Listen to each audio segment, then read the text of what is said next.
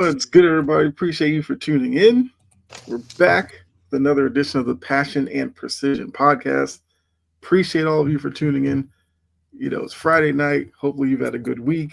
Hopefully, you are ready for the weekend and you're just ready to get it kicked off with, us for a little bit. So, obviously, before we get into everything, I have to introduce the co-host, Jory. Jory Sports Stories. Make sure you check her out. How are you doing tonight, Jory? I'm doing all right. It's been a long week. Hey, Excited about some sports. yeah, sometimes it's like that. Long week. Um, yeah, so tonight we're gonna talk about some NFL briefly. I feel like free agency has kind of dried up, and there isn't as much going on. I would say on that end, but a little bit of news there. We'll talk about some NBA, and obviously the NBA story that's kind of captured the nation with a beef that none of us signed up for, and Take kind us out the group chat. of right, exactly. So we'll touch on all that, but let's start NFL, where the Giants decided to dip back into the quarterback pool after getting Jameis Winston and have signed Russell Wilson to a 1 year deal. What was your initial reaction to the Giants giving Russ somewhere to play next season? It means Aaron Rodgers won't be going to New York It does, yeah. or going back to New York. They got Hmm. tired of his crap. Yeah. I mean, he's running out of options. And it means that number 3 pick is in question. In terms of, you think they trade it, or do you think they go in a different direction than necessarily quarterback at 3? I think they go in a different direction than quarterback. Okay. I could see a world where they still take Shador. I think Giants fans would lose their mind if they did, because Russ is only there for a year, and Winston is not a long term answer. So if they got like Shador at 3 for him to not be rushed into things in his rookie season, I guess it would make sense. And maybe Giants fans would be okay with it because, Sanders, and, maybe they'd be like, oh, Dion will be at games and all this kind of stuff. I don't know. It might bring some excitement Is to Dable attend. going to be there to develop Shador? I don't think so. That would be the question, though. Because, Gene on here says all the time, marry the coach to the quarterback. So if the Giants' plans are to draft Shador for somebody else to handle him next season, and Dayball's gone after this year, then yeah, doesn't make any sense. But if they take him and they give Dayball the time to develop him, then I guess it might be the smart way to go. Then again, it's the Giants, so. So we'll see come draft class, but I just don't see come draft day. Excuse me. Mm-hmm. I just when they said that when that was announced after going to get Jameis, I'm like, yeah. So they're out of Aaron Rodgers, Mm-hmm. What's and they still need a quarterback for the future. mm-hmm. I was thinking that they used the 3 on somebody else, and then I think they got a second round draft pick. Um, Maybe going the second round for a quarterback. What's going on, John? If I'm any team, I would sign Rodgers. There's legit 4 top quarterbacks and be cheaper, unless unless he agrees to the veteran minimum at Miami. So I guess John's suggestion is a Rodgers to Miami. I They guess already have it's a Tua. I backup. guess it's Tua insurance, because we know when Tua's not there, their whole offense goes completely out the window. Why would you want that headache? As Tua insurance, and Tua is already a headache in itself. Mm-hmm. That's asking Exactly. for a lot. Exactly. And you already have a backup, so I don't see that. Mm-hmm. Any team is not gonna just any team is not gonna sign Rodgers. But it kind of seems like he's down to. Oh, he's saying he wouldn't. Okay, John's suggestion was wouldn't sign Rodgers. Okay, got you, John. So I guess I'll read it correctly. On many team, I wouldn't sign Rodgers as legit four top quarterbacks. That'd be cheaper. Okay, got you. Yeah, I mean, I think Jordan and I have kind of been in the same thinking that for the headache that Rodgers brings, for the slip in production that he's shown the past couple of seasons, I don't understand. Maybe it's just in his mind, but this sense that teams are waiting for him to make a decision for their quarterback situation and all that. It's like, no, I'm not doing that for this guy. No, Mm-mm. he was in New York for 2 years. They didn't look any better than before him, and I know the first year he got hurt, but like the Jets would have been fine if Zach Wilson was there. You probably would have the same amount of wins with less headache. But it does seem like Rodgers is down to, I guess, Pittsburgh, because Pittsburgh, through all of this, what's their quarterback situation? Is Mason Rudolph and I don't know what else. Apparently, I'm hearing that Pittsburgh is saying that they're fine with having Mason Rudolph as their QB1. I'm like, right. I've seen enough of that. Well, if that's the case, then Aaron needs to just hang it up. Like, if they would have rather have Mason Rudolph than you, yeah, you're cooked, buddy. If this Aaron Rodgers thing don't pan out. Because when he took his visit, no deal was imminent. Oh, I mean, I guess I understand why. It's like, if he was in Pittsburgh, how much better would we view Pittsburgh Not today much. than at the end of the season? They're still third in the division. And that at that point, it's like, what's the sense in doing it?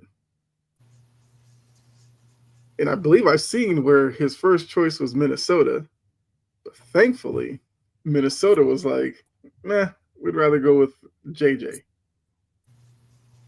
which that's the right decision on their part as well. Like, I'm not bending over backwards for Aaron Rodgers to bring drama and maybe we win 6-7 games. And if I'm Pittsburgh, I'm like, dang. I let Justin Fields go. Mm-hmm. Russell Wilson signed elsewhere. Mm-hmm. While bringing in a wide receiver. While bringing in a $30 million wide receiver. I don't have a top 10 draft pick. Nope. Yeah. I'm not really sure what Pittsburgh's direction has kind of been this offseason. Because, like, you lay it out that way, it's if you're going to commit to DK Metcalf, you would think you'd have the quarterback in position to be with him so that you get the most out of him if you're paying him $30 million a year. Which, you know, NFL money, it's whatever, but it is what it is. Like, it's $30 million. He's being paid like a top wide receiver. In order for your top wide receiver to validate that contract, somebody's got to get him the ball. If you're relying on Mason Rudolph, which, you know, Cleveland-Pittsburgh games will be interesting because wasn't Rudolph the guy with Myles Garrett when he ripped off his helmet? And hit him with it, yep. That's going to be interesting again. So John says, only place I can see is Rodgers to the Cardinals and move on from Kyler just to save the money. The needle doesn't move, though then, who wants to sign Kyler? I would take my chances with Kyler Murray over Aaron Rodgers. At this point. Yeah. I think Kyler Murray is a more talented quarterback today. Kyler Murray's biggest issue is he needs to stay engaged. Yes. And I feel like you would hope with the right coaching and everything, you could get him somewhat engaged. I just don't know. He's on his second coach. Yeah. And that's kind of a problem with Kyler Murray.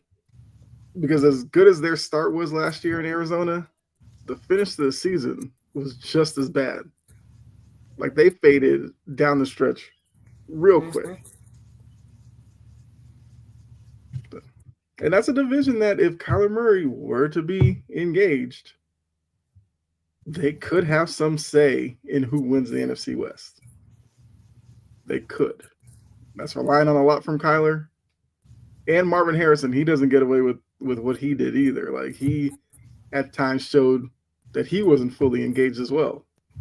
He was a rookie. Now, where you get that from?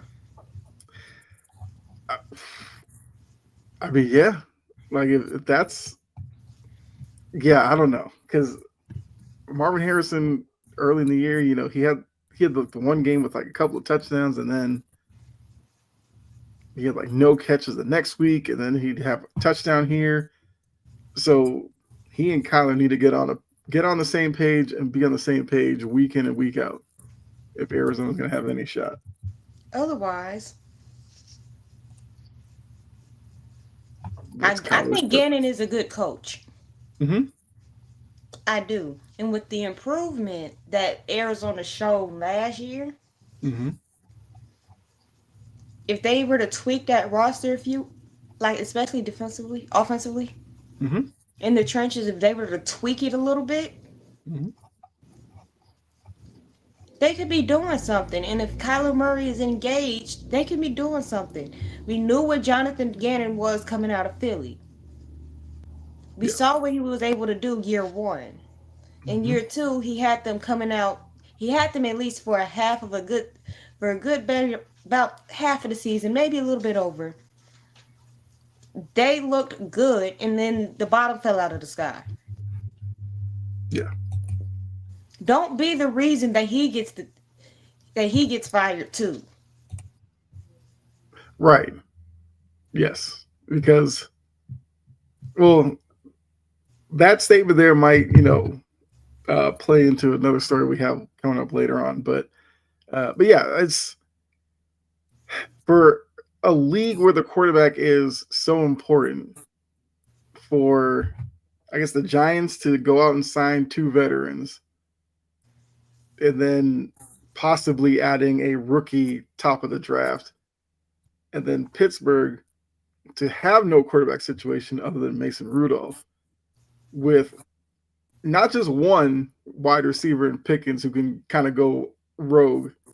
You added Two. DK Metcalf to that. So unless Mason Rudolph keeps those two happy, that's a situation that could go haywire. Mm-hmm. And then, I mean, we haven't talked about Cleveland because Cleveland's situation right now isn't any better, but at least for Cleveland, they pick ahead of the Giants. So they can completely ruin the Giants' plans. Although I keep hearing that Cleveland is like in love with Abdul Carter. So it seems like Cleveland might punt on quarterback at two, but a lot of talk before the draft is like grain of salt stuff because they could just be misleading people and then Mm-hmm. turn around and draft who we thought they wouldn't draft. Or turn around and do a Giants and draft Daniel Jones sixth. Right. Yeah. So that alone may drive the Giants to kind of wipe that away. At least if you bring in Shador, it brings excitement to the quarterback position. Only Mm-hmm. thing would be a quarterback room of Jameis, Russ, and Shador. Good That's a luck lot with of personality. that. Good luck with that one. That is a lot of personality in one room. Mm-hmm. Yeah, Good luck to the quarterback's coach. exactly. I know that prayer gonna be something serious. Let's see. What's thoughts on who wanted the Pats to pick? So John's saying that Will Campbell, the tackle from LSU, would be the smart pick. I feel like I'm coming around to Will Campbell. The whole arm thing was weird. Every year we go through this with tackles. Like if your arm isn't, was it 33 inches or something?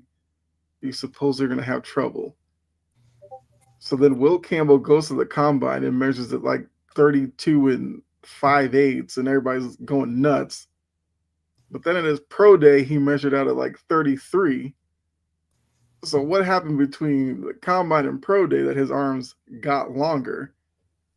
But then it's like some people are saying that a lot of people were measuring shorter than their pro day from the combine. So was somebody at the combine just trying to screw these kids over or couldn't read the ruler? Like, I don't know. But my thing is if Carter and Hunter are gone by 4, I think the Patriots trade back, get more draft picks, and they could probably still get Campbell if they stay probably in the top 8. Mm-hmm. But if they stay at 4, don't trade or anything. I'm at this point fine if they take Will Campbell. He played left tackle in the SEC. That has to mean something. It The way we does. view the SEC, like it should mean that he could do it at the NFL level. Worst case, and Jory would know this. Worst case, he's Peter Skoronski. Played tackle in college, you kick him inside because the arm length is an issue, and he becomes a really good left guard. Patriots fans aren't going to like that you took a left guard at 4, but look, the offensive line is the offensive line, and I'll take upgrades wherever I can get them. Because there is a rumor, well, there's some smoke that the Patriots could be interested in Tyron Smith. Which for a year, if you brought him in as your left tackle, fine. I would live with that. It's better than Verdarian Lowe. So for me at 4, it's Hunter first if he's there. I honestly don't think Carter's going to be there, so I've kind of taken him out of the equation. But I would go Campbell second if you can't get Hunter. And I do think Hunter will be able to play both sides of the ball in New England. I think he plays more wide receiver, but I think he plays both sides. Okay. Which, I guess, cheap plug, I guess. Make sure we'll get around to the draft. You guys are back here for Wire to Wire's draft coverage because we will do live reactions on the first round. Did it last year. It was great. Make sure you're here for that. I ask this every day, John. Has Hendrickson been signed anywhere yet? No. I don't hear any rumors about him with Cincinnati. I don't hear any rumors about trades. Nothing. Like Hendrickson is just in purgatory right now. Mm-hmm. And for as talented as he is, that seems a little odd. They're wasting his time and his best years. I mean, yeah, they are. But so is it a situation where Cincinnati tells him to go find a trade, but Cincinnati's asking price is so crazy that nobody's going to trade for him? And clearly they've shown that they're not going to pay him because they spent all that money on Chase and Higgins, and they seem like, oh, we're kind of done. Showed you, Bengals fans. We're going to keep him here. So I guess Hendrickson's either going to have to bite the bullet and go back and play this year with no assurances of, his future there, or he just has to sit here and wait for somebody to want him. They'll meet the Bengals' demands. It's weird. It's the second time they done Hendrickson dirty. When is he gonna wake up? I mean, yes, I do agree with that. But we kind of said the same thing with Higgins, and then Higgins signs the new deal there. So I don't know. It's weird that Hendrickson's there's not a peep about anything with him. He seems too good to not have some type of rumor. Right. Or they could be colluding like they did with Lamar Jackson. Yeah. Well, but I mean, we haven't even heard that conspiracy thrown out there. Because I would believe it if they said it. I'll be the first one. Mm-hmm. If it turns out that they're colluding, you heard it here first. I'm going to call full credit. You absolutely get all the credit for that.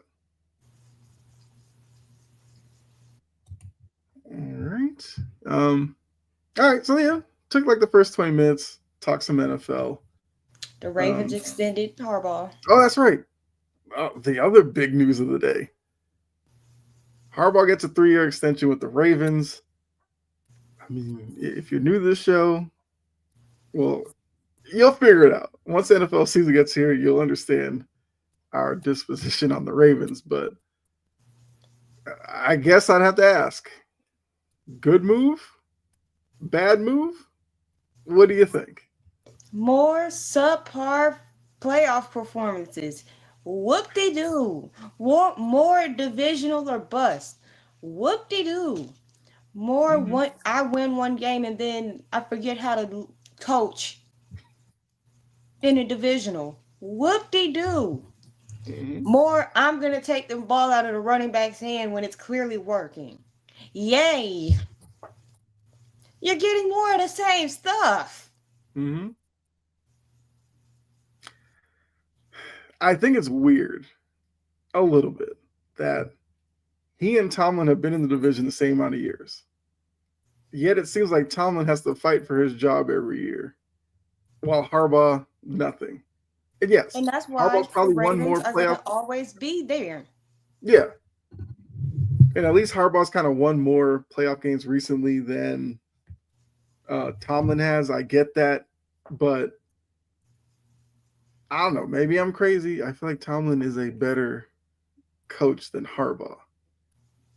You could probably just argue that the Ravens probably have just better overall talent than Pittsburgh does. Mm-hmm. But yeah, but it is weird that Harbaugh just out of the blue gets a 3-year extension, and all Steelers fans want to talk about is like, should we fire Tomlin? Has Tomlin done enough? Who should replace him? And I mean, I don't get it. Mm-hmm. More of the same stuff. Whoop de doo. Yeah. I mean, look, this speaks to Baltimore obviously thinking that Harbaugh's put them in a position to be close to breaking through and getting a Super Bowl. I mean, he got into the AFC title game a couple of years ago. We know how that game went. If you look at last year, they took the step back because they didn't make it back to that position. And And now because you're of looking at what? it. Hmm? And because of what? That's what I'm saying. Baltimore seems like they're satisfied with where they are in the AFC right now.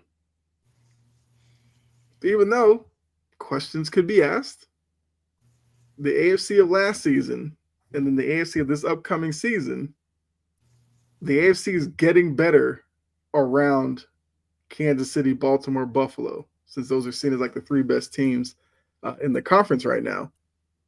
But other teams are slowly getting there. Chargers are getting there. I mean, Broncos surprised a lot of people last year. Would not be surprised if they take another step this year. Cincinnati, I guess if they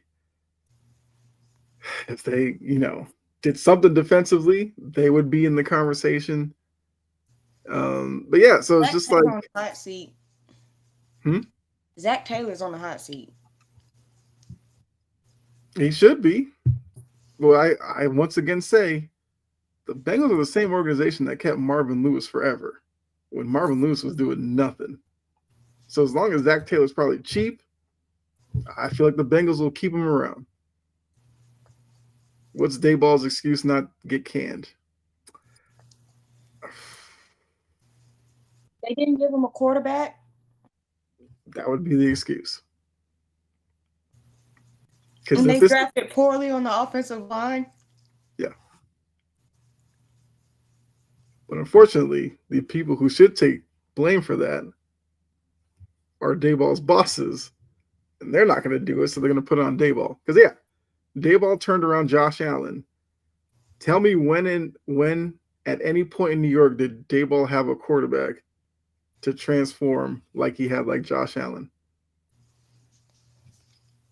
Never. So I don't even like. I can't sit here and say that Dayball's a bad coach. How do I know? Based off of New York. And now you're Both giving them New York Jameis football Winston. organizations are a mess Yeah. in their own unique manner. Mm-hmm. Yeah. Look, that's New York football. In Miami, I mean, yeah. Well, McDaniel should be on the hot seat. he Once can't again, coach if he don't have Tua. which should have been a problem after last year, but once again, it seems like all things, quiet and everything down there. So I guess they're okay with the direction of the team there too. And it took them this long to get a backup. Mm-hmm. Wow. Yeah. And they're going to next year. Tyreek Hill, Jalen Waddle, and they're gonna hope Tua makes it through the season. The defense, defense is what it is. Like, because we talked about that before. Like Jalen Ramsey is not the corner he once was. And once again, that division is not what it once was. Buffalo has Mm-mm. established themselves. The Patriots will be better. The Jets, they occupy space. We give them that. I do hope Aaron Glenn, as much as I can as a Patriots fan, I hope Aaron Glenn does well. Like I said, as much as I can. I hope they always finish below the Patriots, but hopefully he brings like stability there somewhat.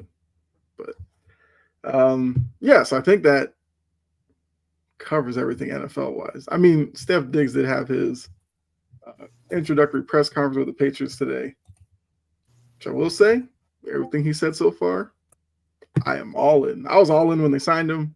I'm even more all in now. So, John, I don't know if you caught that, but yeah, Diggs was a good signing. I think he matched with Vrabel. Have no problems with what's going on. All right, so like I said, I think that covers what the NFL's got going on right now. There are still some names out there in free agency. So next week, if any of them were to sign, like Lockett, and I guess if anything happens on the Hendrickson front, we'll definitely revisit this and talk more about it. But now we're going to go ahead and switch over to the NBA, where we have a new edition of our tiers list. Let me go ahead and share that. And I will say, we do have some movement. There we go. So we have movement everywhere except for the Inferno tier, which I guess to let you know, Inferno tier, those are our title contenders. Smoldering Hopefuls are our teams that are on the cusp, could maybe get there if certain things break their way.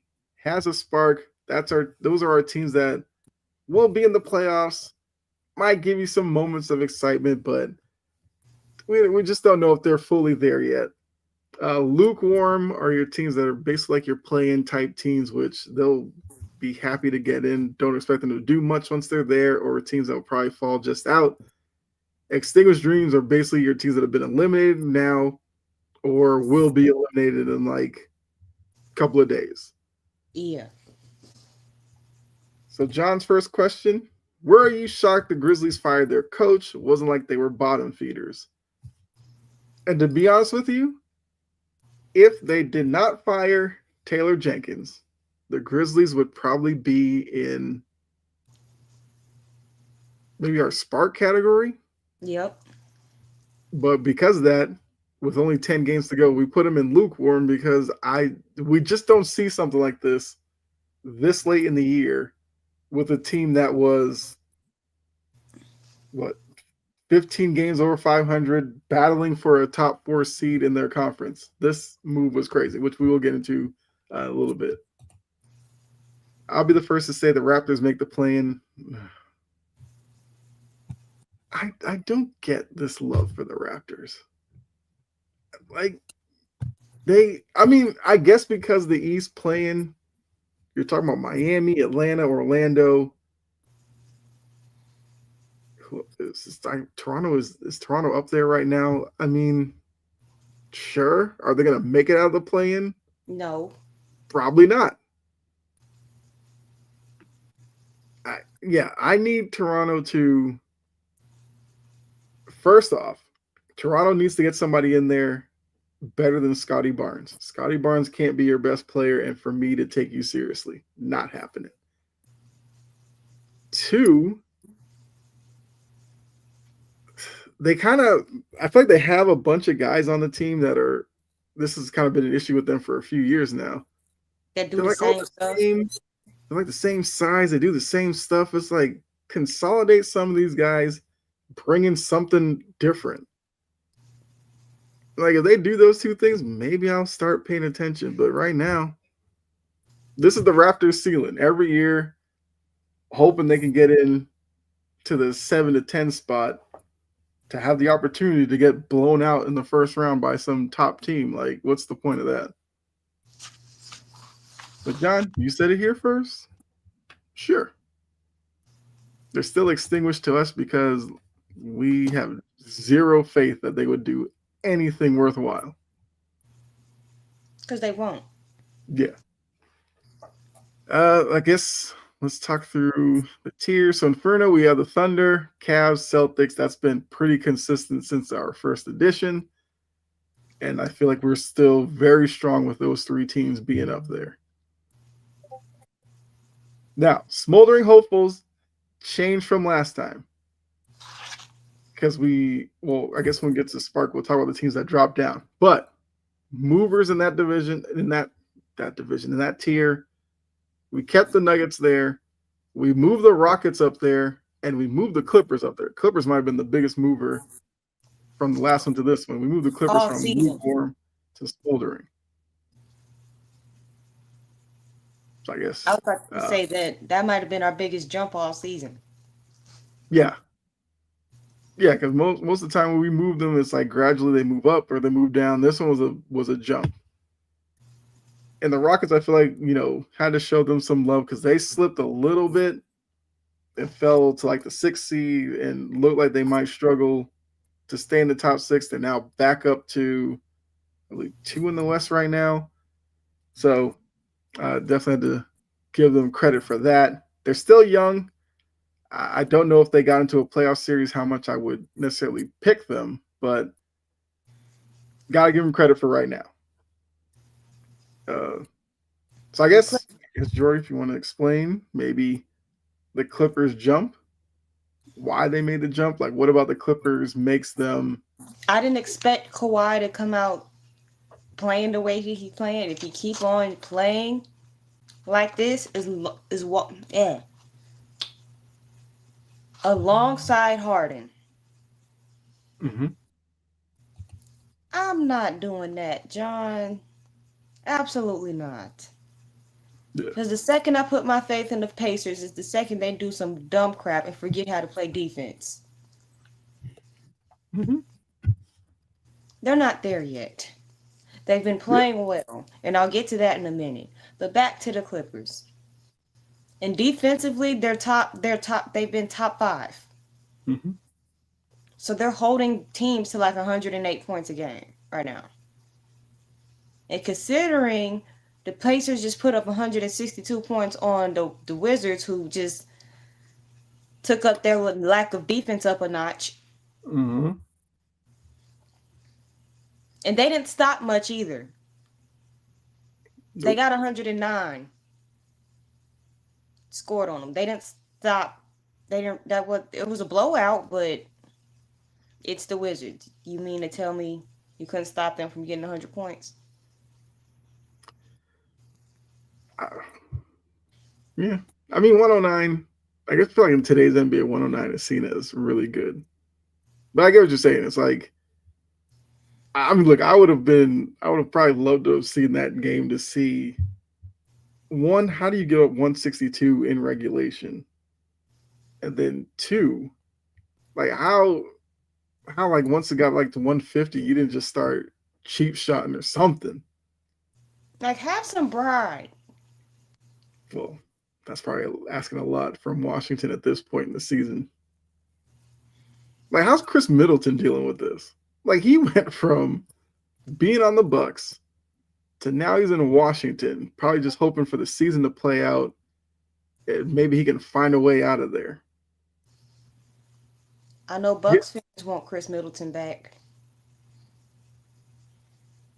yeah. If they had to revisit that, like Kuzma played well like the first two games outside of that after the trade. He played well for a week, Right. and And then then after he that, came then back out of his shell. yep. I'm like, Mm-hmm. So yeah, I wonder if they would take it back and, you know, play it out with Chris and see if they get something. Yeah, like I understood the trade when they first did it because I was like, you get younger with Kuzma, you know, Middleton looks like a shell of himself because of all the injuries.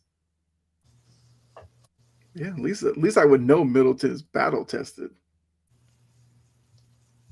But and considering that the Clippers, back to the Clippers, because they hadn't looked as well all year. This is the best they've looked all season to me. yeah, So they deserve to jump. yes. Now, will Kawhi stay healthy for the first round? Well, look, I feel like that's gonna be the question every season with whatever team Kawhi's on. So I guess we can only well, I guess Clippers can only hope that he does. Mm-hmm. Okay, so then the Spark tier. Let's see, the Pistons were there. The Knicks moved down from smoldering hopefuls to Spark. The Warriors moved down. The Lakers moved down. The T Wolves and the Bucks moved down, and the Pacers moved up from lukewarm to Spark. That's where that tier has been changed the most out of anyone, and I feel like I guess we can talk about some of the teams that moved down. The Bucks, I feel like it's because one, Dame is hurt with the blood clots, which another NBA player blood clots. Like that's obviously you hope for a recovery for Dame. I think I heard some like outside shot he may come back this season. Mm-hmm. I don't know. That might be wishful thinking, but we'll see. The T Wolves. Him, I mean, this is probably a move that was probably weeks in the making. We just finally decided to do it, move Yeah. them down. I mean, I'll let you speak on your Lakers here in a second. I think the Warriors moved down because they have shown that if Steph is not healthy, they aren't that team. And there's a good chance Steph will be healthy in the playoffs, whatever. Like we will have another edition before the playoffs start, and maybe they move back up, but that game against Miami said a lot. They went there, got blown out by a Heat team that's not even that good. All the drop all the hoopla behind it with Jimmy Butler going back to Miami. He no showed that game. So that took a lot of the luster off of them for me. The Knicks moved down because they don't beat top tier teams, so they can't be a smoldering hopeful to us. And they're starting to get banged up. Yeah. Which Like I knew they would towards the yep. end of the freaking season. Mm-hmm.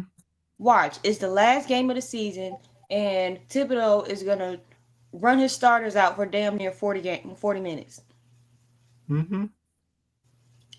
Yeah. Watch it happen. It probably will.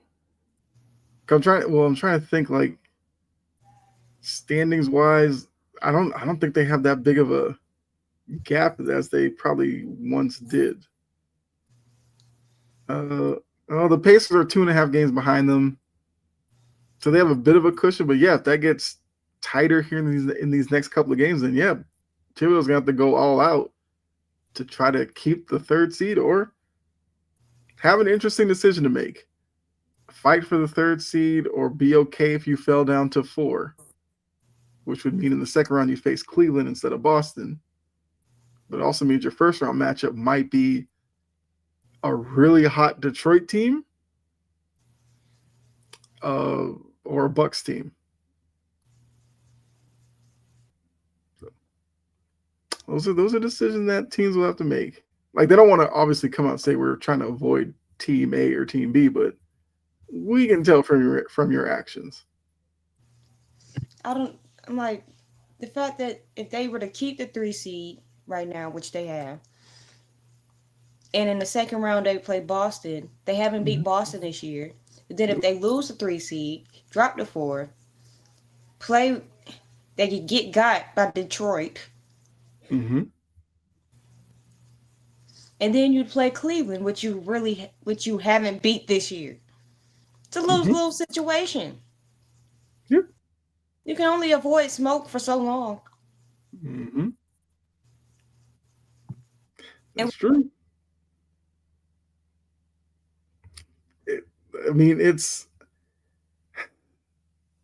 what makes the East, I guess, interesting. I don't know. I feel like the East is now being looked at as weak, obviously, because Cleveland and Boston are seen as so much better uh, than the rest of the conference.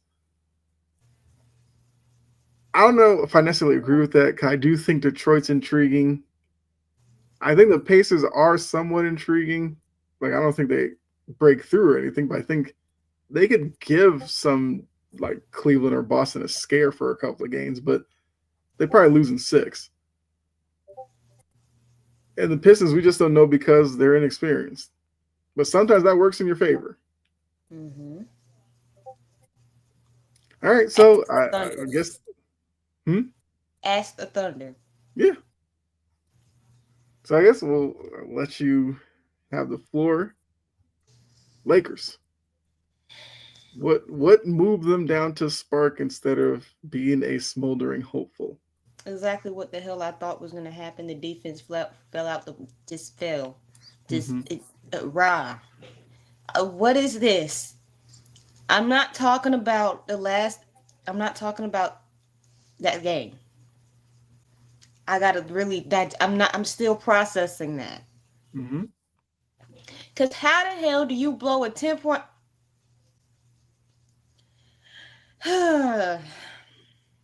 Defense. Mm-hmm. I know Luka's a standing brick. LeBron tries, but he's 40 years old and his defense is selective. Mm-hmm. Rui is in and out the lineup, nursing an injury. Mm-hmm. I will give Jackson Hayes his credit, but come on, Yeah. defense, it stinks. And then the injuries. Mm-hmm. You lose both Braun and Rui, and some Lakers fans don't like Rui, but what I've did his heard that absence too. do? I've heard that too. Like what happened with Rui that Lakers fans don't mess with him anymore? They're annoying. Okay. I'm a part of the fan base. That fan base is annoying. What did we look like in his absence? Yeah. For a team that's lacking size, like he's one of the few. I mean, he's not like the biggest, most physically imposing guy. I get that, but he at least gives you something. And the defense part, I agree with you. I think because we both said that when the trade happened, like Anthony Davis covered up for a lot of defensive issues. And now taking him out of the equation, this is what happens. I don't think Young, he's better. athletic perimeter teams can kind of eat against the Lakers, especially if they play fast. And that's going to be an issue come playoffs.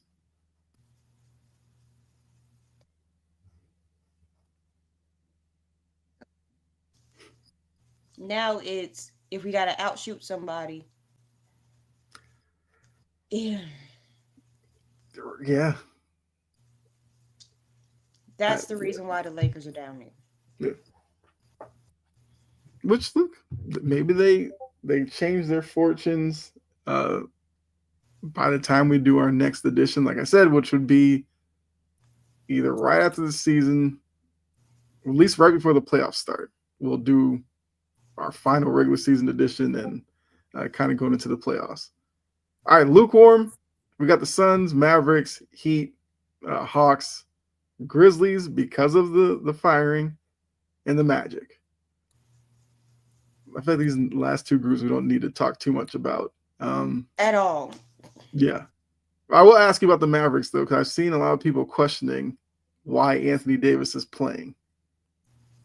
Do you have a problem with AD playing at No, this point in the season? I mean, I don't because, in one hand, it ain't over until the fat lady sing. Mm-hmm. They're still in they can still in that division. Don't they? They're still in the play in. Mm-hmm. There. Yeah, they're holding off the Suns. Which, how much do they actually want it? But they're still holding on hope to get in the play in and whatnot. Now you still don't have Gafford yet. Mm-hmm. And who else was injured? All of their bigs were injured. It was Gafford, Lively, and AD were hurt. The And they same. don't Well, have yeah, Lively. yeah. So yeah, I I get why they're playing him, but at this point, mail it in. They are in 10th. They're a half game behind the Kings for ninth. That's about as high as they're going to go because they're 5.5 behind the T Wolves for 8th. I doubt they make that up at this point of the year. And they're a half game up on the Suns, who are in 11th. I mean, if Nico's seeking validation for the trade of being a play-in team, then yeah, they're going to keep running AD out there. I don't have a problem with it. Like if AD was like, I just want to play because come back from injury, to establish some type of uh, Continuity. chemistry with some of the guys that will be here next year. Fine, I don't have a problem with that. But they're doing this just to go all out to be the ninth seed and take their chances of beating the Wolves and the Warriors, or the Wolves or the Warriors, to make the 8th seed to then face a Thunder team. Yeah, I don't. Unless they think, look, maybe Nico's got them thinking that if they get in as an 8th seed and AD is good to go, maybe they think they could give the Thunder a run.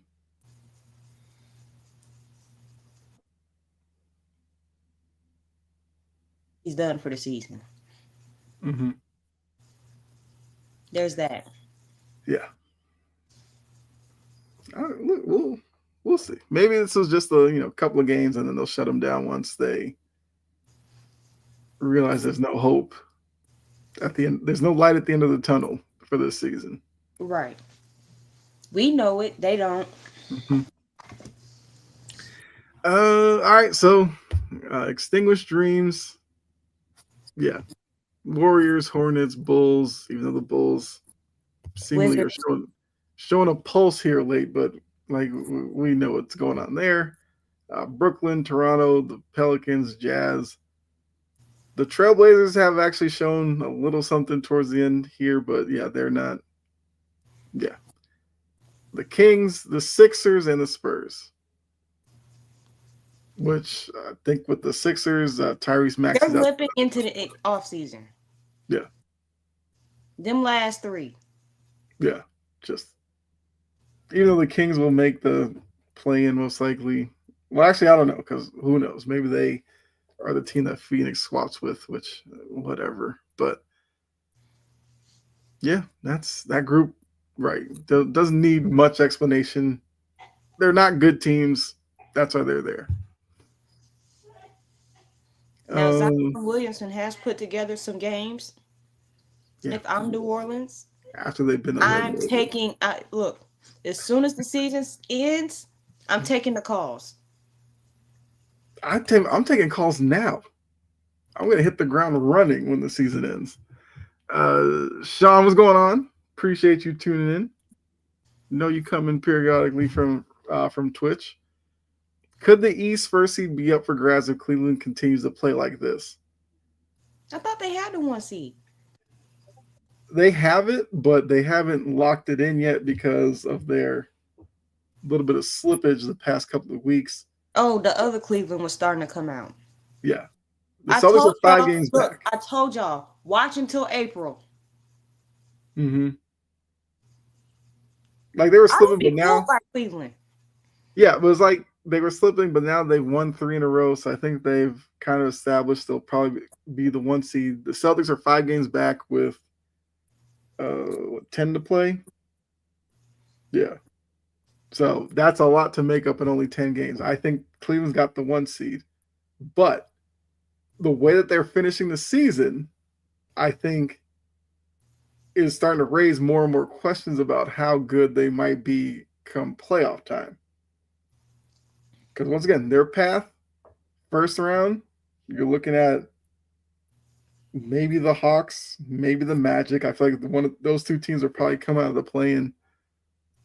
The Magic might be interesting.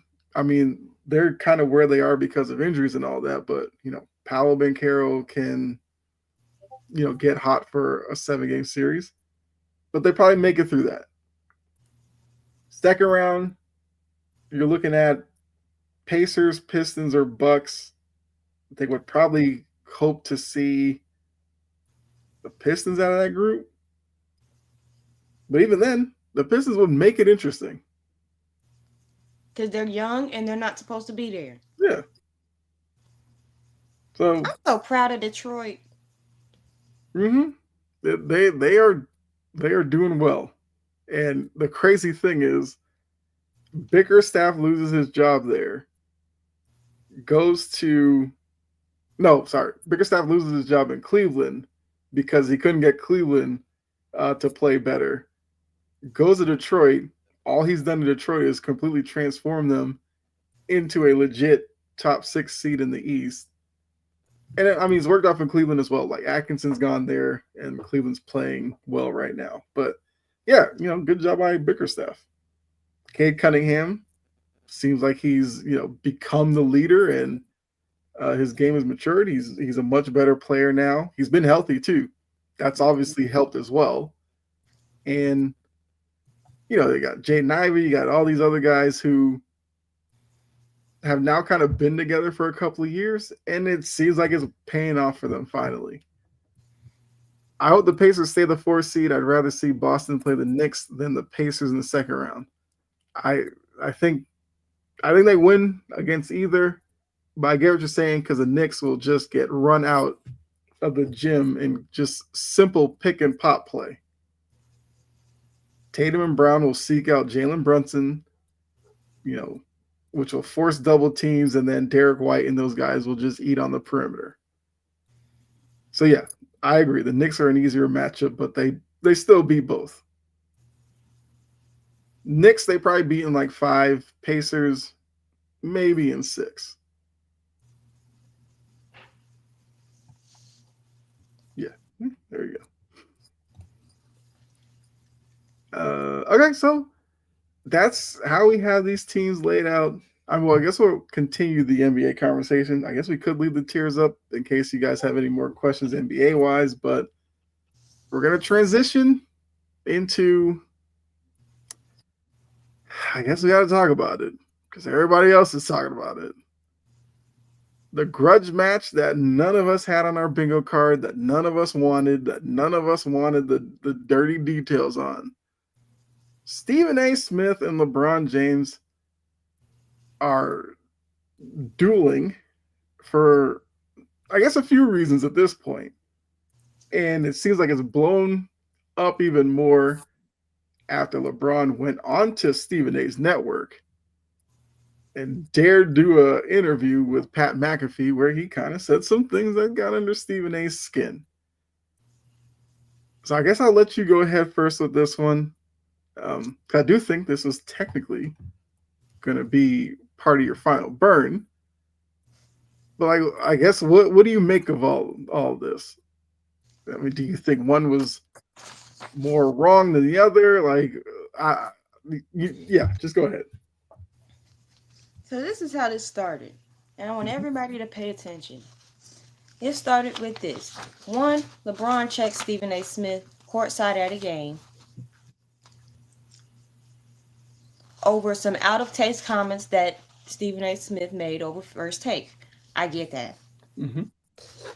Then you have Stephen A. Smith is going on a corny media world tour discussing the incident and the situation, but each time the story changes a little bit. He briefly starts talking tough at this time. Oh, I would have swung on him. You wouldn't have swung on none. You are built like a twig. You average 2.5 points and a rebound in your short ass basketball career. You wouldn't even touch the field because you know you ain't built like that and you would have gotten folded like a lawn chair. Quit talking to people like they cuckoo. Mm-hmm. Talking crazy. He done lost his mind. I would have swung on LeBron and da da da da da. You can't even swing a bat. We know what you pitch is. You know what your pitch look like. Terrible. You talk about swinging on professional athletes. That is such smooth-brained individual. That is a smooth-brained comment. That's dense. You're not swinging on none. Mm-hmm. We know what you look like.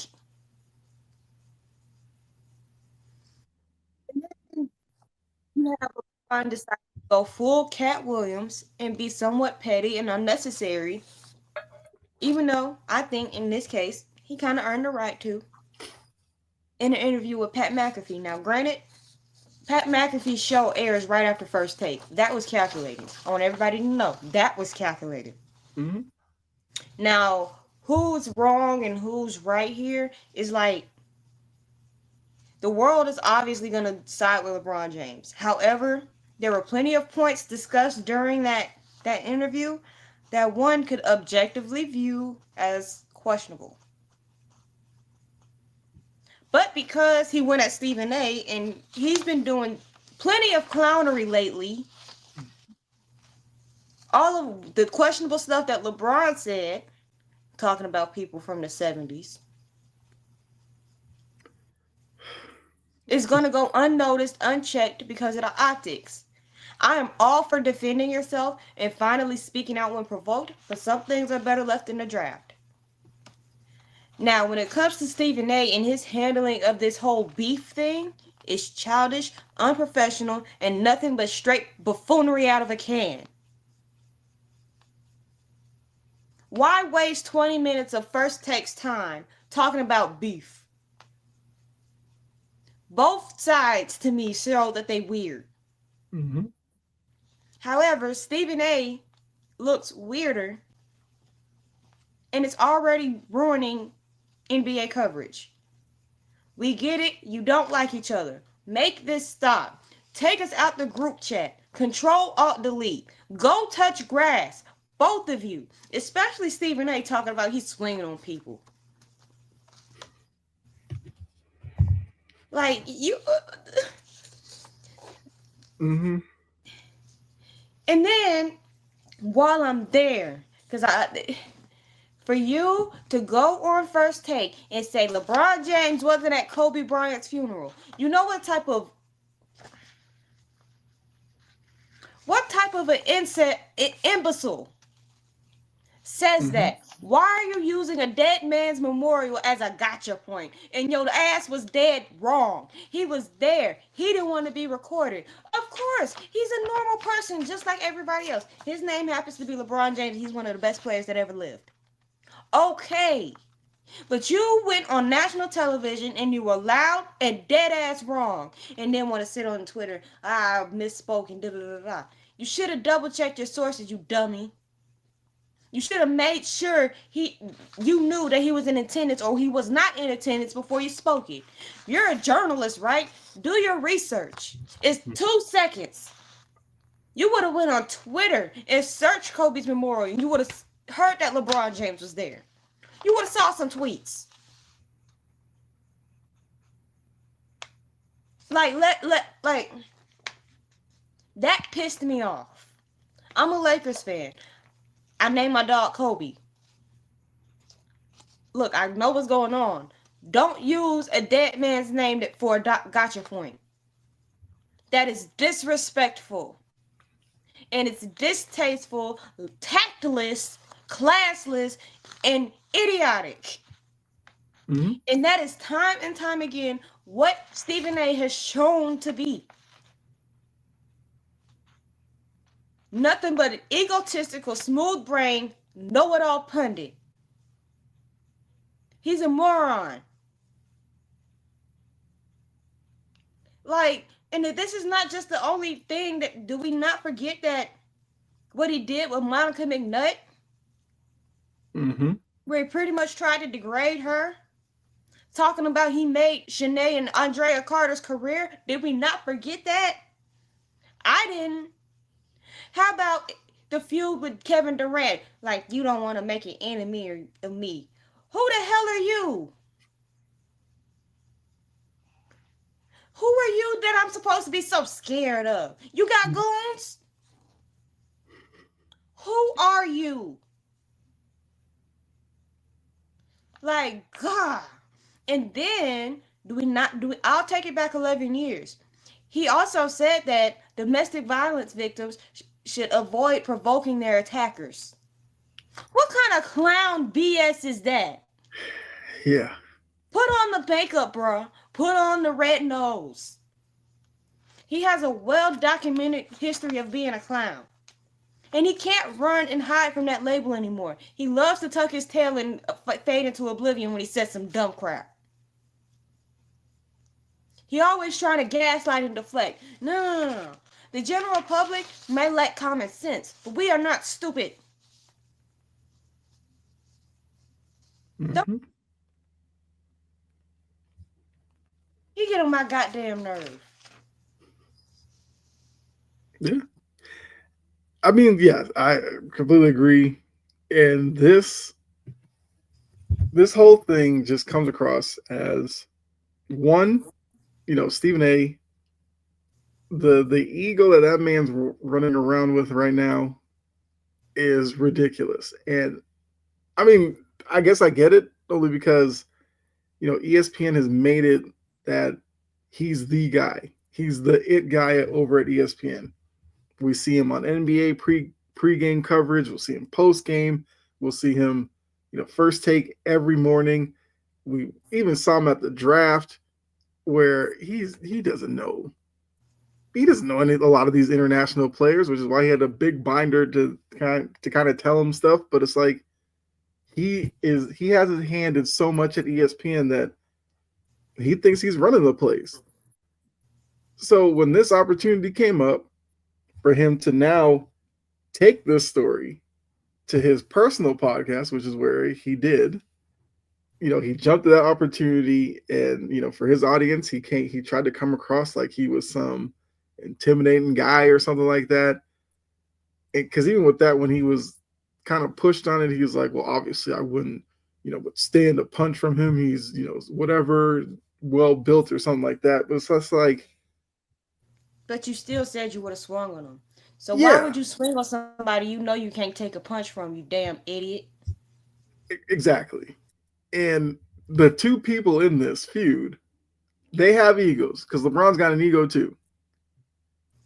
And now it's come to the point where it's like which ego is going to win out, and they're trying to one up each other. Because, like you said, and I know, and probably anybody who's probably not a LeBron stan knows, he knew what he was doing Pat McAfee, and it worked on two accounts as well. The Lakers have been scuffling. This distracted from that, and all people were talking about was him and Stephen A. And he goes to the network that Stephen A is on, but doesn't do it on First Take, does it on the show after. And we all know that, Pat McAfee, it's very loose restrictions in terms of what they talk about. But You can everything that say the LeBron F does, word on national television. yeah. And it's just like everything we've seen LeBron do, like this falls in line with it. And like you said, because he is who he is and Stephen A is who he is, LeBron's always going to look better in all this than Stephen A is, and he knows that, and it's probably why he's doing whatever. So I hope that this is something that just ends just randomly one day, and we just look like a week after that, and we're like, oh yeah, that feud was a thing for a little bit, because so much else is going on in the NBA that this is not the story that needs to be taking over the conversation. Because we It talked about damn with the sure tier don't list. ain't worth 20 minutes of first takes time. Yeah, like, give Stephen A his Mad Dog segment where Mad Dog talks about what he's mad about for a couple of minutes. Let Stephen A do that. Fine. But to have a whole segment where now you're dragging in Perk, who's talking about, well, when LeBron came at me, I blocked his number. Like that was some type of power play. I'm gonna get on him in a minute. Go ahead Okay. and finish. Okay. It was just like, please, we don't need this. And like I said, they have so much other things they could talk about. Talk about the Rockets, the Cavs, the Thunder, the Nuggets, the Pistons, so much other stuff. But no, we're talking about a feud that started from, I guess, Stephen A talking about Bronny. And my other hope is that this doesn't escalate more, where Stephen A starts going even further into the deep end and talks about, I don't know, the daughter or wife or something like that's the last thing we need, because then this thing will just go like nuclear. So let's hope that this is kind of where the apex is and it kind of burns out. I swear this better not carry into the playoffs. I promise you. And speaking on Kendrick Big talking about, I blocked when LeBron James came at me, I blocked his number. Why do we need to know that? He ain't nothing but a big He ass, took joy goofy from it. ass groupie. Mm-hmm. Yeah, you just hop on the one hot hate train to the next. It was cool to hate on the Celtics, so you did that. They don't bump with you, so you tried. They don't vibe with you now, so now you're trying to go take it back. LeBron and Stephen, they go at it, and here you come. I blocked his number. What do you want? A cookie? What is this? Bad Girls Club? Mm-hmm. Y'all need to get out. Everybody got a problem with LeBron. Y'all want to scrap for real? Like, Mm-hmm. make it make sense. And Yeah. like, these people are too damn old for this. Stephen A. Smith is how old? 50 something? Or 60 something. He 53, I think. I know they talk about that like every couple of weeks on the show, how old he is, and that gives him a chance to, you know, pump up the ego a little bit more. You are 53 years old. Act your age and not your freaking shoe size. Kendrick Perkins, he in his We 40s. know Perk will take any opportunity to get some But attention. his We know ass he is will. childish Mm-hmm. and do everything for damn clout. Why did the Yeah. national media need to know you blocked LeBron James' number? Why did you want us to know this type of information? Why can't we talk about the damn Pistons Mm-hmm. or the Rockets or what's really going on with the Warriors? Talk about trade packages for Zion Williamson for all I damn care. Talk about something different. Mm-hmm. LeBron James and Stephen A are beefing, and I decided to block. I blocked this number.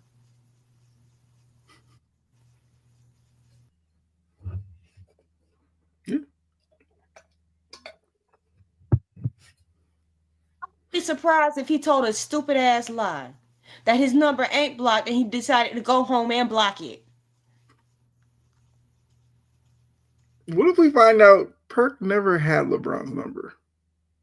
Now we know you. That would be kind of hilarious. I mean, I assume he probably had it. He did. Their careers did cross paths. They came in together. Oh yeah, I forget that they did. In terms of playing together. because Perk did make a stop in Cleveland. I believe LeBron was still there at that point. So then, yeah, he probably does have his number. But my thing is like, how often did you use the number that if you blocked it, like LeBron actually cared? Again, who the hell are you? Yeah. And I know what you did with Oklahoma City. I know what you did with Boston. But your Mm-hmm. mouth kind of washes all of that away. Mm-hmm. And how stupid you get on the screen. Yeah. The one thing that I'm glad about this whole situation is that we don't have the knuckleheads on TNT rolling about it. Yeah. Mm-hmm. That'll make it 10 times worse. Mm-hmm. Well, part of that is we luckily they're doing college coverage. I don't know if they had inside the NBA. I don't know if they wouldn't have touched this because we know Barkley loves any opportunity to talk about You ESPN, know and we what? know The Shaq thing would is, fuel it. So yeah. they're going to wait until they do come back. Mm-hmm. Because don't they get the first round of the playoffs all the way up to the conference finals? Yeah, they take the Western playoffs, which yeah, they'll have Laker games on there. They'll have Laker games. They'll find a reason to talk about it. They'll find a joke. Unless if this dies before then, which, like you said, you doubt it does. So yeah, they probably will talk about it at least the first night the Lakers are on TNT. They'll even if it's dead, they'll bring it up. We know they'll do that too. And you know, if they get eliminated when they do their gone fishing, they're probably going to put Stephen A in the image. I would love to see that. Yeah. The Gone Fisher part is that's the one part. Yeah. That is a good segment over there. I mean, since we are doing Final Burn, I guess I'll get mine out of the way. Um, I gotta talk to Memphis. And you know, John brought up a little earlier. They fired Taylor Jenkins 10 games before the end of the season. So you figure that they're a team that's probably like the Suns, have turmoil on the sidelines, barely relevant. No, they're 44-29, half game behind like third or fourth. They're the fifth seed. And they not only fire him, they fire one of his assistants, who I guess was, you know, tasked with their offense and evolving it or whatever, for reasons that I've yet to see anybody like clarify why. You know, there's a rumor about him losing the locker room or something. I don't know, but I yeah, I can't see how that would factor in because, and this probably goes on probably a broader scale of, you know, the player empowerment error and all that. If that were true, and he lost the locker room, how do you lose a locker room that hasn't done anything? Like, your leader in your locker room is John Morant, who, after his summer of stupidity, Has tarnished been his quiet. image to, you know, most of the NBA. Like, this is like Joe Mazzulla, and he lost the locker room because like he lost Tatum and Brown. Like, they've won at a high level. That would resonate through the organization. If that happened in Memphis, I'd be like, well, maybe the problem is the players we have in there, not our coach, who's been there, what, 6 years, has taken them to the playoffs basically every year, except I think the year when Ja was hurt most of the year. I think he's like one of the winningest coaches in Grizzlies history. And you call him into your office today, fired him in person, which I guess we got to give him credit for that because they could have pulled the whole, you know, calling him before he left to fire him, but they did it in person and like thanked him for what he's done for the organization and the development and blah blah. So what did you fire him for? And for me, it's like the only way I will excuse this is, which clearly it didn't happen that way. But if he had gone in there and been like, "Look, I got some personal stuff I got to take care of. I'm not, you know, gonna coach the rest of the year. Don't know if I'll coach again. let's mutually part ways. 'Cause I think that's what they put. They mutually parted ways. Yeah, you told him he was fired, and he said, "Okay, I guess that's mutually parting ways." But I don't understand what's going on there. I think the timing is horrific because how are we now supposed to expect this Grizzlies team to go in with an interim coach into the playoffs and do much of anything? You see how Sacramento looked right after firing Mike Brown?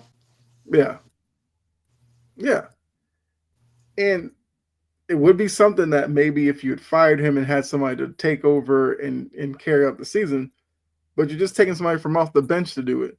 So wouldn't that just be more of the same messaging? Because that guy's not going to sit there and install something new this late in the year. And I guess from third party me watching the Grizzlies from when I do watch them, I didn't think Taylor Jenkins was some bad coach. I don't necessarily like the Memphis roster. I think where they are is what that roster is going to give you. Like they rely on John Morant to create everything off the dribble. John Morant has kind of gotten better with his perimeter shot, but that's still the weakest part of his game. And when it's not him, they rely on Desmond Bane to kind of do, which I think is too much for him. I don't see I know when John doesn't play like Desmond Bane runs point, I don't think that's not utilizing him correctly. Mm-mm. But they only do it because who else would they have do that? So I think if they're going to sit there and say like maybe they reached their ceiling with Taylor Jenkins and wanted a new voice, I feel like maybe the conversation needs to be had about the locker room itself and what you need to change.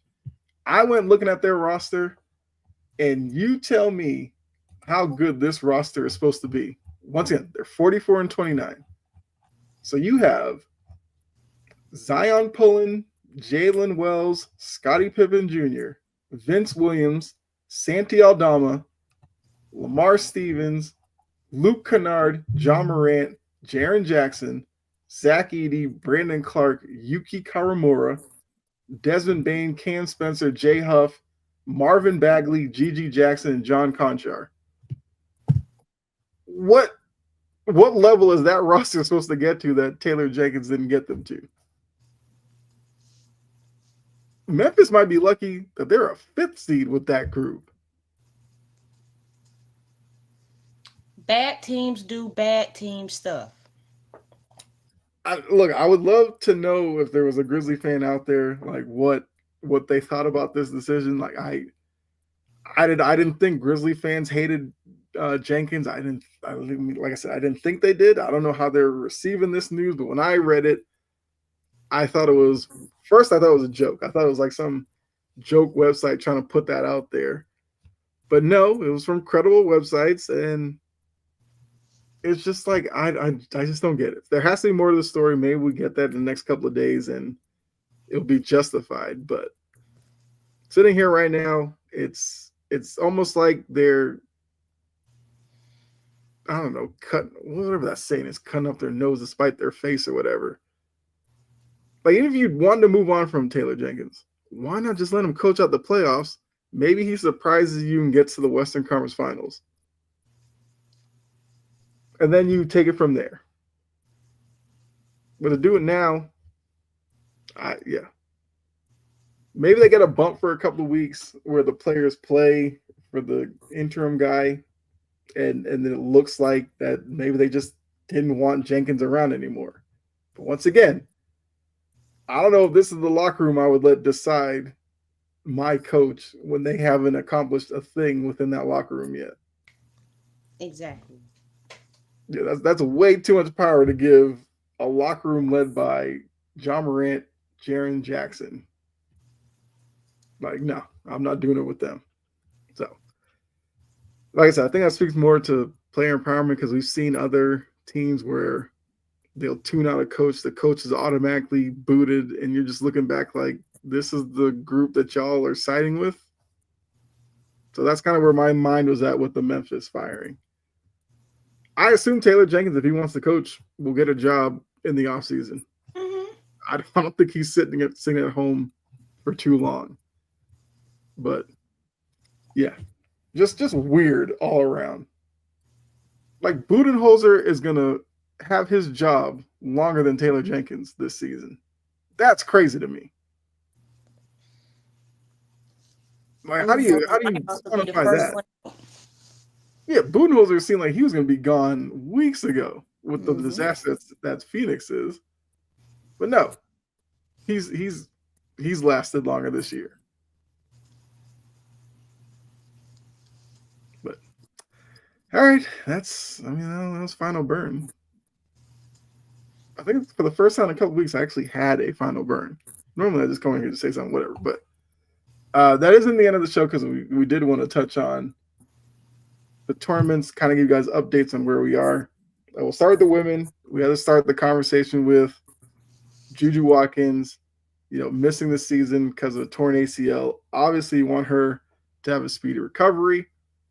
I mean, it does kind of stink because, she was one of the stars of the tournament, and it does kind of dampen the UConn USC matchup. I guess if we still end up getting that, because we were looking at Paige versus Juju, and that was supposed to be a big deal.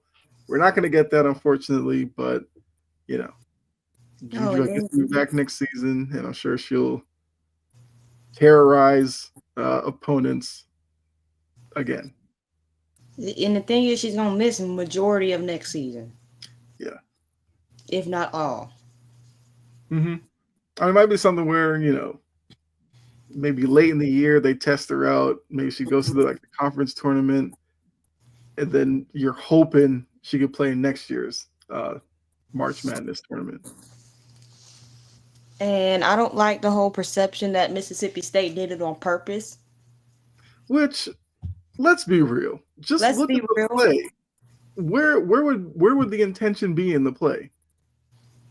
Like We she's saw driving the the play. knee. That was a basketball play. Yeah, she's driving, the knee buckled, and that was it. It's not like the girl like It was stuck pretty her much foot out. non-contact. Why are Yeah, we blaming Mississippi State? And then you have yeah. stupid ass Stephen A. Smith saying, "Well, now this makes UConn's road to the Final Four or whatever so much easier." Why the hell would you say that? And she just tore her ACL. Well, that's because it's Stephen A. Smith, and That he was said what so he wants to say. insensitive. Mm-hmm. Which let me see. Let me change this. Oh, because I was gonna actually bring up the bracket. Here we go.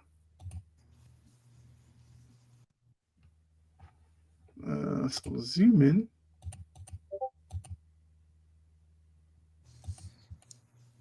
Okay, that's way too far. All right. So UConn, since it's going to be so much easier, like they do have to play Oklahoma. Oklahoma's not some walk in the park, but I guess UConn will be the favorite in that because Paige Beckers has been unreal, and she did declare for the WNBA draft today. It was confirmed by Rebecca Lobo, Mm-hmm. which I mean, who was doubting that? I mean, look, she still can carry on the narrative of the tournament because Paige Beckers has been through a lot at UConn. She's gone through her own injury situation, and the way she's playing right now, yeah, she's playing like a top player in the country. Like I said, Oklahoma's been impressive with their run to the Elite Eight at this point. So yeah, UConn still has work to do in that aspect of it. I'm sorry, they're in the Sweet 16, not the Elite Eight yet. But um, then that game is tomorrow, so I will be tuning in for that. I Mm-hmm. guess looking around some other notable, we got I USC want to say Kansas this State. right now.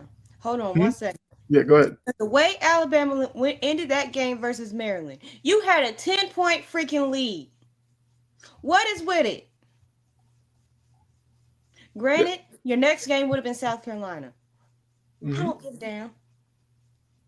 Maryland gave South Carolina a real game today. Exactly. Yes, I was And you impressed by were winning Maryland. that game for 97% of it. 98. Hmm. They need a new coach. like I said, Maryland was tough. I actually thought they were going to knock off South Carolina, but then they went through like a little stretch where they seemed to be forcing some shots to, I think, close the gap when South Carolina retook the lead. And even when Maryland had the lead for a little bit, it seemed like they were forcing shots to increase the lead instead of kind of playing their offense. And South Carolina is just well coached and has great players, took advantage of You that. do that versus South Carolina. Yeah. Yeah. You can't, yeah, you can't give them extra opportunities or anything like that. Like I said, Maryland played well against them. We'll get South Carolina versus Duke on Sunday. That should be a good matchup as well. I mean, Duke beat North Carolina today in a low scoring affair, but look, they're ACC foes, so they know each other really well. Not surprised by that. Um, what was I saying before? Yeah, well, the Juju list USC Trojans will face Kansas State tomorrow to see who they face out of the UConn Oklahoma winner. And LSU punched their ticket to the Elite Eight, beating NC State. Which, look, LSU, I mean, look, the stigma of Kim Mulkey is going to follow her wherever she goes. I mean, she's a good coach, yes. Person, I don't know. No. But, LSU, very talented team. You got Faja, you got the girls down there. They're playing well. NC State gave them a run as well, but they pulled through with that one. Like I said, out of the coaches probably remaining, yeah, Kim Mulkey is not going to win a lot of popularity contests. And they're sitting around waiting to see if they face UCLA or Ole Miss. And speaking of UConn, of SEC teams. yeah, I mean, yeah, because there's a chance you could get LSU and Ole Miss. That'd be two SEC. You got South Carolina, best team in the country. This region I didn't even talk about. Tennessee and Texas. So Tennessee, if they can knock off Texas tomorrow, they could be in the Elite Eight. You got Notre Dame and TCU. There's no SEC there. Well, Oklahoma is SEC now versus UConn. And that matchup. Yeah, there's like only one or two matchups where an SEC team is not somewhat involved. Which, look, SEC used to be known for their college football. Now it's men and women's basketball. I'm not I mean, they're happy. still I'm known not for their college football. complaining. I'm not complaining about it. Yeah. So yeah, and then look at the men's really quickly. Now, where was all those people saying BYU could give Alabama fits and da da da da, and I'm gonna pick BYU and BYU this and BYU that? Where is BYU at now? Before I talk about that one, okay, so I did have Alabama. I had Alabama over VCU, but I had them beating BYU. Yeah, I know you. Well, I know you were worried a little, not necessarily worried, but you didn't like how Alabama played against Robert Morris in the opening game.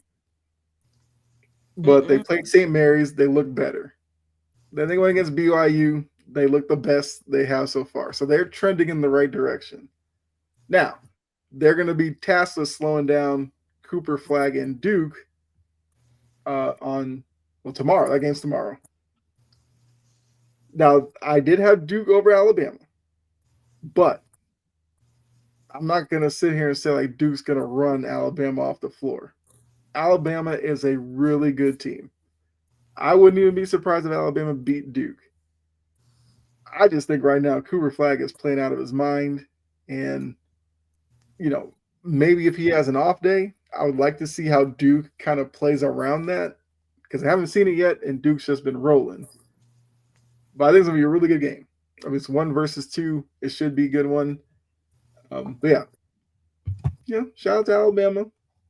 Because like I said, a lot of people were a little shaky with the way they played Robert Morris, but after the way they dismantled BYU, no reason to even think about Robert Morris anymore. And BYU came in as kind of like some sneaky underdog type of team. A lot of people thought they were going to lose the VCU, like I did, but they beat them. Then they beat an interesting Wisconsin team in a game that was just as close to the score says 91-89. But yeah, they were not in Alabama's class at all. Let's see, Duke's path, yeah, Mount St. Mary's, Baylor, Arizona gave them a game, but they prevailed in that one. And then looking at the other side, got Michigan State that's made it through Bryant, New Mexico, Ole Miss, waiting the winner of Auburn. Oh, sorry, we're not supposed to say Auburn. That team that's in the With same two state. mascots. Yes, with the two mascots. As they're taking on Michigan. I think a lot of people think Auburn will win that one, but Michigan's kind of surprised me a little bit. But I think ultimately Auburn will probably win that one. And first off, my West Regional kind of killing it right now. I literally only missed one game. So, but Florida, Texas Tech. That's look. I think I picked Florida to win it all. I'm expecting Florida to knock off Texas Tech. Texas Tech struggled against Arkansas, who was coming off of their big win over St. John's. So not a bad. I mean, this has a similar to the women feel like the SEC is all over this tournament because we're into the Elite Eight. You got Florida there, you got Tennessee that made it there, you have Alabama that's made it, and you could have Auburn make it. So they could still that Final Four of SEC schools is still in play, which that would be nuts if that happened. Let's see. Yeah, because Michigan State beat Ole Miss. Some people thought Ole Miss was going to take out Michigan State. Because I'm one of those who's real weary Michigan State when it comes to the tournament. Because Michigan State, it seems like will either get upset in the first round or will make a deep run, and you just have to figure out which year either one's going to happen. And but yeah, because I have 3 SEC schools making it to the Final Four. So Final Four is still intact. And, those of you who did enter into the wire bracket pool, good luck to you all as we're coming down to the end of it. Actually, I don't even know where I am. I'm in 11th. Okay. If I can get top 10, I'll take that. A couple of days ago, I was in like 52nd place, so I will take a top 10 at this point. I'll participate next year. Yes, because we will obviously do it again next year. But I guess for you, looking at the tournament as it's going right now, I'm assuming your fandom, you're obviously going to take Alabama to win it all. Thank you. So not picking Alabama, who would you say might have the next best chance to win it all? Because the other teams I really don't want to say. I get it, yes. Okay. That blue and yellow, that blue and gold, that blue and orange team that... The team that shares the state that we won't name? Yes. Yeah. Okay. They do look pretty good. So I guess your worst nightmare would be Alabama versus them in the national championship. Y'all will not hear from me for a week. Okay. Look, it could happen. I'm letting y'all know right now if it does happen. You have to be here in attendance for the show that week because we have to gauge where jury is. But yeah, that would be an interesting final matchup. Like I said, I have Florida versus Tennessee, which I guess doesn't necessarily make you that much happier, but yeah. I'll give you a pass for Florida. Okay. You know how I feel about the Volunteers. Yeah, I was about to say, yeah, Florida is usually only a pain to Georgia fans. Bama, yeah, Bama is Tennessee and the team with the two mascots that we won't name. All right, well, actually, I guess let's see. There are games currently going on where yeah, Auburn has a lead over Michigan. So that is the tournament.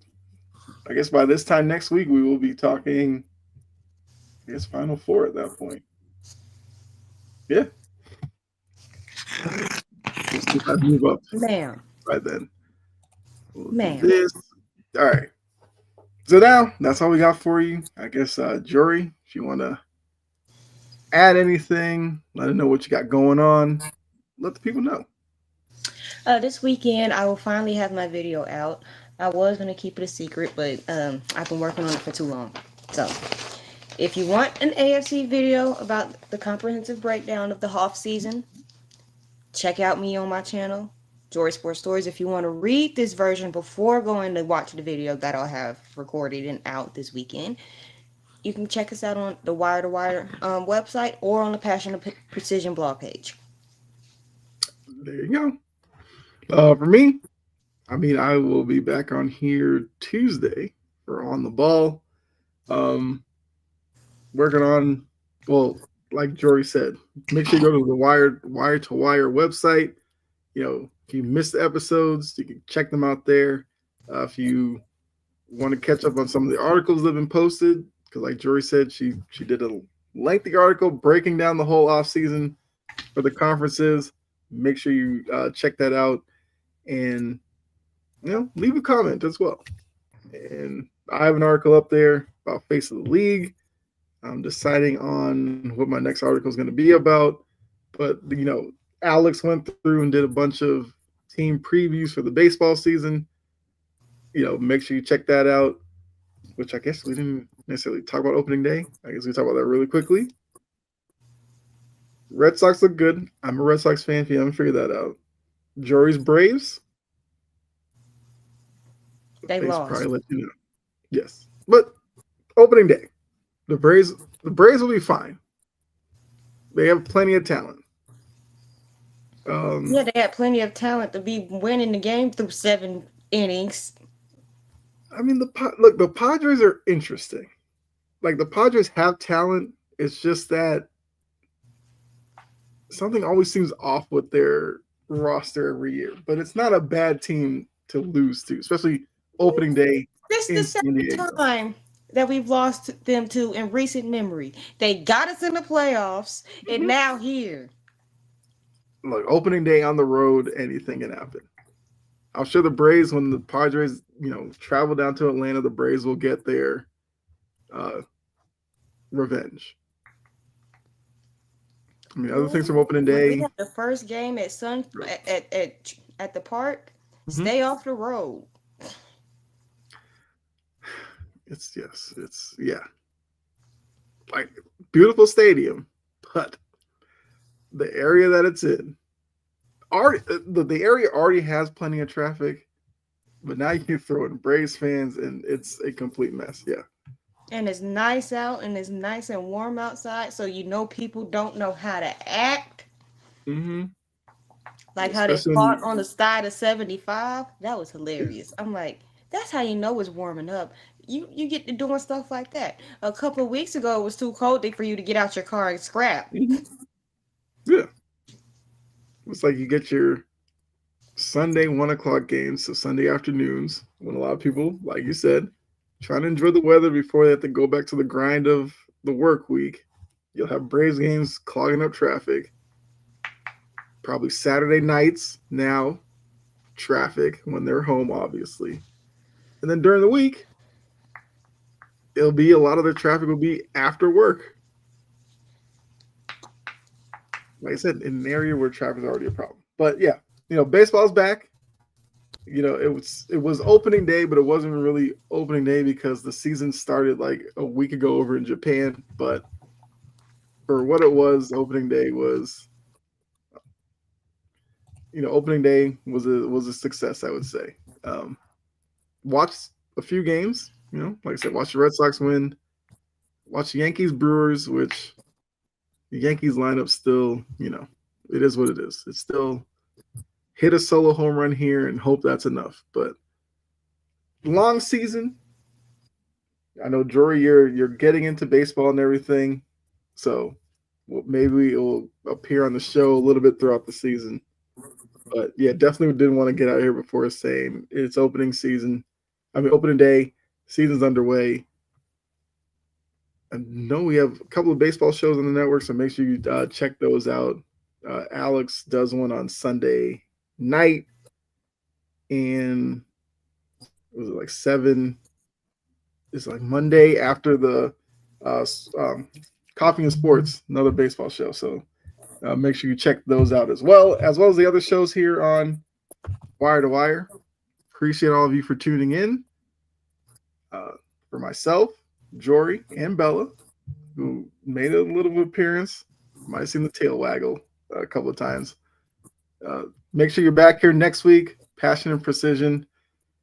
Yeah, enjoy your weekend. Enjoy the games. We'll see you here next Friday. All right. Bye.